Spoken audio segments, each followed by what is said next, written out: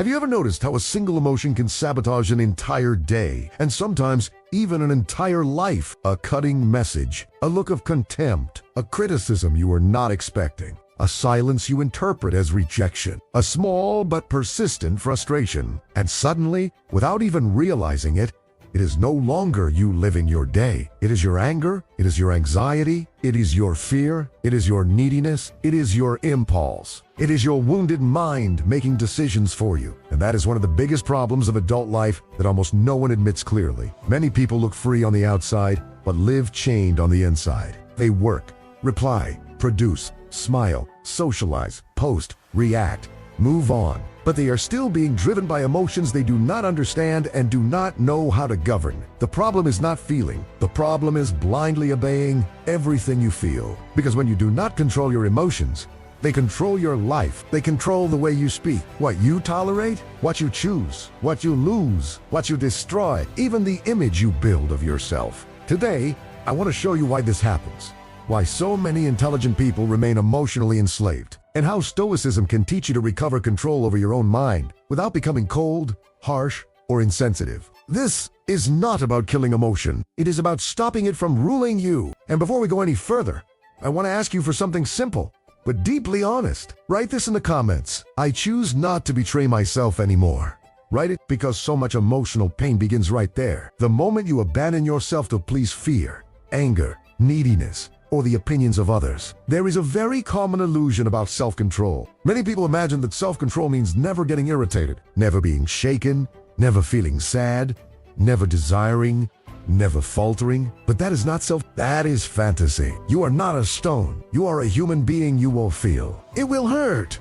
It will stir you. It will unsettle you. It will pass through you. The question was never how to avoid emotion. The question has always been, what do you do when it arrives? That is where most people lose their peace. Not in the event itself, but in the lack of inner command when facing it. Someone disrespects you, and you spend the whole day at war inside yourself. A situation slips outside your plan, and you react as if the world has fallen apart. Someone does not give you the validation you wanted, and you begin to doubt your worth. You feel fear and call it intuition. You feel neediness and call it love. You feel anger and call it honesty. You feel envy and call it ambition. You feel anxiety and call it care. But not every emotion deserves your obedience. Not everything you feel is telling the truth. That may be one of the first shifts in perception that can change your life. Feeling is not the same as seeing clearly. In many moments, emotion distorts. It amplifies. It deforms. It makes you react to ghosts as if they were facts. It makes you fight interpretations as if they were reality. That is why Epictetus said that it is not things themselves that disturb people, but the judgments they make about those things. And that is not just a beautiful quote for the wall. It is a key, because it means that between what happens and what you feel, there is an interpretation. And where there is interpretation, there is inner work to be done. That person did not necessarily ignore you because they despise you. Life is not necessarily punishing you because something went wrong. Someone's silence does not prove your insignificance. A delayed result does not prove your incompetence. Someone's rejection does not prove you are unworthy of love. But when you do not know how to observe your own mind, emotion takes over the narrative and convinces you that your pain is the final truth. And this is where slavery begins. Because the emotionally enslaved person does not realize they are being ruled. They think they are simply being sincere. They think they are just reacting naturally. They think they are just being who they are. But in practice, they live in reflex mode. Anything triggers them. Anything invades them. Anything knocks them down. Anything controls them. One comment is enough to ruin their mood. One setback is enough to bring out aggression. One abandonment is enough to create despair. One comparison is enough to steal their peace. One frustration is enough to make them give up. Whoever lives like this does not have a solid inner life. They only have emotional states taking turns in power. And perhaps the most dangerous part is that this can go on for years without the person realizing the price they are paying. Because ungoverned emotions do not destroy a life only through great tragedies. They also destroy it through small repeated decisions. In the careless word, in the impulsive reaction, in the attachment you call love, in the absurd tolerance you call patience. In the outburst, you call authenticity. In the cowardly silence, you call maturity. In the procrastination born from fear of failure, in the escape born from fear of suffering, in emotional dependence, born from fear of being alone. One poorly understood emotion can choose your entire routine for you. And the problem is that if you do not govern what you feel, you will start organizing your life around not feeling certain things. And that may look like protection, but in truth, it is a prison. You avoid difficult conversations because you do not want to feel discomfort. You postpone decisions because you do not want to feel fear. You accept crumbs because you do not want to feel loneliness. You erase yourself because you do not want to feel rejection. You attack first because you do not want to feel vulnerable. You pretend indifference because you do not want to admit it hurt. Do you see how emotions, when left unguided, begin to shape your destiny? You are no longer choosing based on what is right. You are choosing based on what brings temporary relief. And that is one of the most destructive habits of human life, trading deep peace for immediate relief. Stoicism enters exactly here, with almost surgical. It does not promise a life without pain. It promises something far more valuable, a mind that does not surrender so easily to chaos. Marcus Aurelius wrote that you have power over your mind, not over external events. Notice the greatness of that. He is not saying that you control the world. He is saying that there is still a place of sovereignty within you. And if that place is abandoned, any wind from outside becomes a storm within. Many people try to control the world because they have lost control of themselves. They want to control what others say, how others behave, the timing of things, the reply that has not come, the recognition they did not receive, the image others have of them, the future as a whole. And because none of that obeys them, they live in constant suffering. The Stoic does the opposite. He does not begin with a whirl. He begins with his own response. That changes everything. Because once you understand that your life is shaped less by what happens and more by how you respond to what happens, you stop acting like a victim of the winds and start acting like the guardian of your own mind. But there is a mistake many people make when trying to apply this. They think mastering emotions means repressing them, so they swallow everything, harden themselves, pretend not to feel, strike a pose of superiority, dress themselves in coldness. But repressed emotion does not disappear. It only changes place. It becomes tension in the body. It becomes bitterness. It becomes cynicism. It becomes exhaustion. It becomes emotional distance. It becomes hardness. Real stoicism is not about becoming ice. It is about becoming an axis. You do not stop feeling anger. You stop serving anger. You do not stop feeling fear. You stop kneeling before fear. You do not stop feeling sadness. You stop turning sadness into identity. You do not stop feeling anxiety. You stop handing the steering wheel of your life over to anxiety. That is very different. The emotionally weak person believes every emotion that appears. The mature person listens, observes, filters, and decides. And it is exactly that distance between feeling and obeying that must be built. Because at first, it seems small. Just breathing before responding. Just not sending the message at the height of your neediness. Just not making a decision at the height of your anger. Just not interpreting everything through the lens of fear. Just waiting for the dust to settle before concluding that everything is over. But it is in that small distance that inner freedom is born. Most people were never taught this. They grew up being trained to react, not to observe, to unload, not to understand, to justify their own instability, not to work on it. So they live confusing intensity with truth. But not everything intense is deep.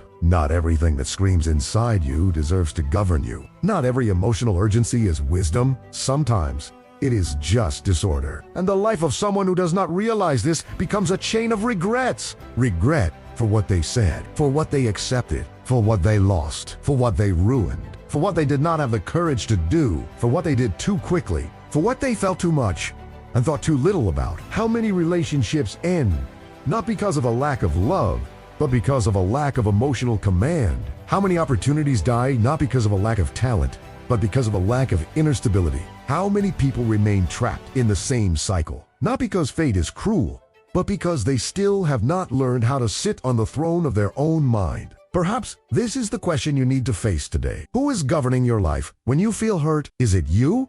Or is it the wound? Because a wound in command will always turn protection into excess. It will make you attack before listening. It will make you run before trying. It will make you distrust before understanding. It will make you demand from others what you still have not built within yourself. And no one matures emotionally while continuing to call their wound their personality. There is a brutal difference between being sensitive and being vulnerable to everything. Sensitivity is perceiving. Emotional slavery is being dragged. The sensitive person sees more. The emotionally enslaved person collapses more. And many people romanticize their own disorder, thinking they are simply living intensely. But intensity without awareness only deepens chaos. If you want peace, you will have to stop worshiping everything you feel. You will need to look at your anger and ask, what exactly hurt me here? You will need to look at your fear and ask, is this a real threat or a projection? You will need to look at your neediness and ask, do I want to love or do I want to be filled? You will need to look at your anxiety and ask, am I preparing myself or consuming myself? You will need to look at your pride and ask, am I respecting myself or am I just reacting because I was contradicted? These questions are uncomfortable because they remove emotion from the center stage and return responsibility to you. And without personal responsibility, there is no inner freedom. If this video is already stirring something in you, write this in the comments right now. Today, I choose to govern myself. Do not comment impulsively. Comment as a commitment, because there are people who are tired not of life itself, but of their own lack of command in the face of it. Now, there is an even deeper point here. Emotions do not dominate only when they are strong. They also dominate when they are subtle. Sometimes it is not the huge outburst of anger. It is constant irritation. It is not the overwhelming fear. It is the daily worry that wears you down. It is not obvious neediness. It is the silent need for approval. It is not open envy. It is the inability to celebrate someone else's good. It is not collapse. It is the small, repeated loss of control. That is why the most dangerous emotional slavery is not always dramatic. Very often, it is functional. The person keeps working, keeps socializing, keeps posting, keeps smiling, but inside, they are being guided by the need to be validated, by comparison, by insecurity, by impulsiveness, by emotional swings, by resentment. It is a life that looks organized on the outside and occupied on the inside. And perhaps you've already lived this. The experience of doing everything right externally and still feeling constantly vulnerable to the mood of the day, to other people's behavior, to the reply that never came, to a future that is not guaranteed. That happens because without inner structure, even ordinary life becomes threatening. A mind without emotional discipline turns details into earthquakes. A disciplined mind can walk through difficult days without losing its own dignity. And that word matters. Dignity, because controlling your emotions is not just about feeling better. It is about inner dignity. It is about not handing your peace over to every circumstance. It is about not allowing every comment to decide your worth. It is about not letting an impulse speak for you. It is about not living at the mercy of whatever is loudest inside you. A dignified person is not someone who never wavers. It is someone who, even while feeling deeply, does not abandon what they know is right. Perhaps you are thinking, all of this makes sense, but how do I actually do it? First, you must learn to interrupt the reflex. Every emotion wants speed. Maturity creates space. When anger comes, do not answer on the first impulse. When anxiety comes, do not draw final conclusions in the peak of unrest. When neediness comes, do not run after crumbs just to calm yourself. When fear comes, do not immediately call escape wisdom. When sadness comes, do not make permanent decisions on a dark day. This sounds simple, but it changes destinies, because many ruins began in emotional minutes that were poorly managed. A message sent in the heat of the moment, a decision made in humiliation, a surrender made in exhaustion, a premature attachment born from fear of loss, an aggression that never needed to exist, a tolerance that should never have been accepted. Whoever governs themselves understands that emotions are visitors. Some bring useful warnings, others only bring noise, but none of them should automatically receive the keys to the house. Second, you need to name what you feel with honesty. There are people who never mature because they never learn to tell themselves the truth. They say, I'm nervous, but in truth, they are afraid. They say, I don't care, but they are hurt. They say, that's just how I am, but they are disorganized. They say, I'm intense, but they are impulsive. They say, I love deeply, but they depend deeply. To name well is to begin to govern well. Whoever does not know what they feel does not know what to do with what they feel. Third, you need to separate fact from narrative. This step is decisive. The fact is what happened. The narrative is what your mind told you about what happened. Someone did not answer. That is a fact. They despise me. I do not matter. I am always left aside. No one values me. That is narrative. Something went wrong. That is a fact. My life will never work out.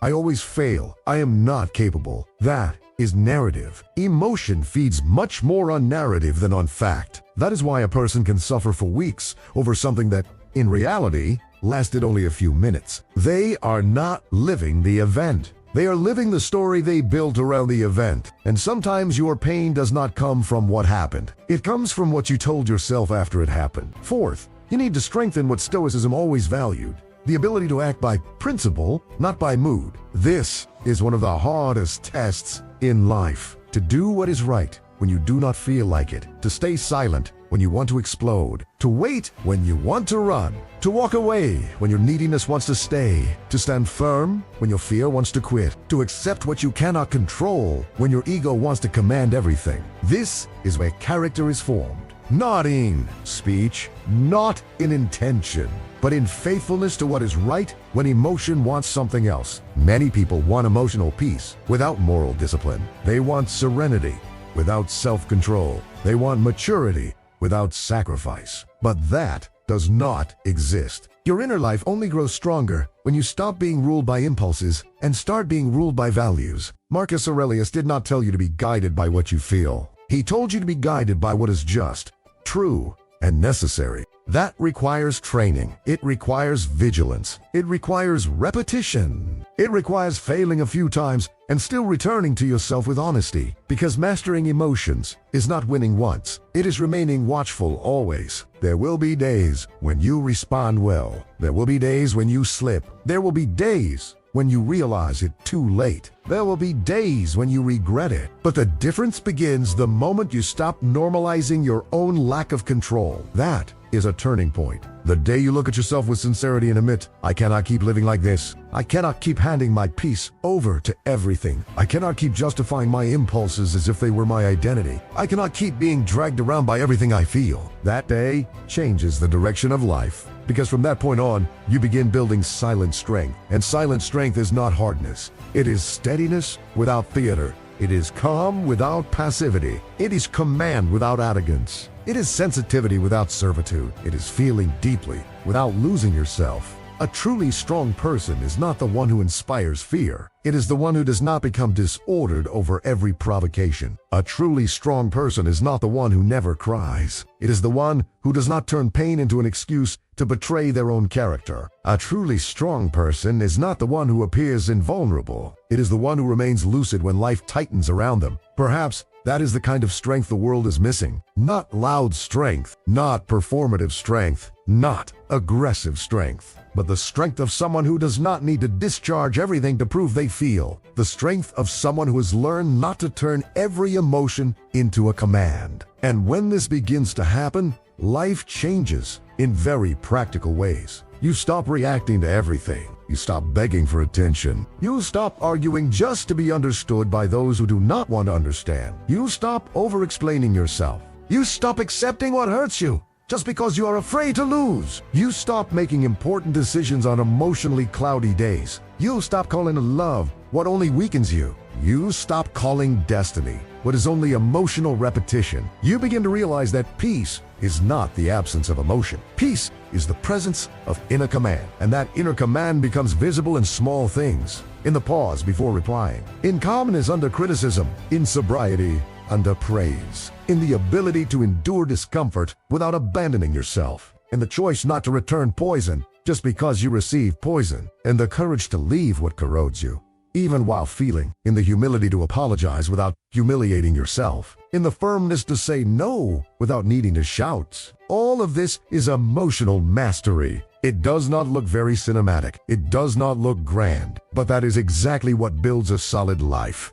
Because a solid life is not one in which nothing affects you. It is one in which not everything that affects you gets to dominate you. Keep that sentence close. Not everything that affects you needs to dominate you. You can feel and still choose. It can hurt and you can still remain whole. It can be difficult and you can still refuse to abandon yourself. There can be fear and still be direction. There can be sadness and still be dignity. There can be chaos outside and still be order inside. That is the deepest promise of Stoic philosophy. Not to turn you into a machine, but to return you to yourself. And perhaps you have spent a long time waiting for life to become easier so that you could finally feel at peace. But that is not how it works. Peace that depends on perfect circumstances never arrives, because life does not stop testing. It does not stop frustrating. It does not stop contradicting. It does not stop surprising. Either you build a center or you will be dragged around by events. Either you learn to govern your reaction or you will live blaming the world for a disorder that is also your responsibility to work on. That does not mean everything depends on you. It simply means your part can no longer be ignored, and your part is immense. Your part is the space between stimulus and response. Your part is the story you tell yourself. Your part is the impulse you decide not to obey. Your part is the word you choose not to say. Your part is the dignity you decide to preserve. Your part is the daily practice of returning to your axis. Returning to your axis. That matters. Because no one remains perfectly centered all the time. Life throws you off. People throw you off. Old wounds throw you off. Exhaustion throws you off. Fear throws you off. But maturity lies in noticing sooner and returning faster. At first, you return after you have ruined everything. Then, you return after you have said too much. Later, you return before the explosion. And one day, with training, you'll hardly leave your center at all. That is the process. It is not about perfection. It is about presence. It is not about never being shaken. It is about not living in the shaking. It is not about never feeling. It is about not kneeling before what you feel. If today you are tired of being dominated by impulses, moods, fears, needs, and reactions that later leave you ashamed, then perhaps this is the moment to make a serious choice. Not a dramatic choice, a deep one. The choice to stop handing the direction of your life over to passing emotional states. Because emotion passes, but the decisions you make under its command may remain for a very long time. That is why the wise person does not despise their emotions, but also does not idolize them. They observe them as one observes the weather. They know they can change. They know they can deceive. They know they can intensify the landscape, but they do not hand the map over to them. You do not need to become indifferent. You need to become more stable. You do not need to become less human. You need to become less enslaved. You do not need to feel less. You need to obey less of what you feel without examination. This may be one of the most beautiful forms of freedom. To keep your heart without losing your head. To keep your sensitivity without giving up your clarity. To remain deep without being dragged by every inner current. If you take this seriously, your life will change. It will change the way you love. It will change the way you work. It will change the way you face loss. It will change the way you respond to offense. It will change the way you wait. It will change the way you let go of what needs to be left behind. It will change the way you sustain what deserves to be sustained. Because whoever governs themselves better lives better. And in the end, perhaps emotional maturity is this: to stop asking only, what am I feeling? And to begin asking also, who do I choose to be in the face of what I am feeling? That is the question that returns you to command, so the next time anger comes, do not hand over the throne. The next time fear comes, do not hand over the throne. The next time anxiety comes, do not hand over the throne. The next time neediness comes, do not hand over the throne. The next time an old wound wants to decide for you, do not hand over the throne. Breathe, observe, name, filter, choose. Because if you do not control your emotions, they control your life. But when you begin to govern them with clarity, firmness, and awareness, something powerful happens. You begin to belong to yourself again. And there are few victories more noble than that. If this video spoke directly to a part of your life that needed to wake up, leave a like, share it with someone who needs to recover their own center, and tell me in the comments which emotion you most need to learn to govern starting today. And above all, remember this: the next time chaos tries to invade you, feeling is human. Being governed by every feeling is slavery, but learning to remain whole in the middle of the storm, that is strength.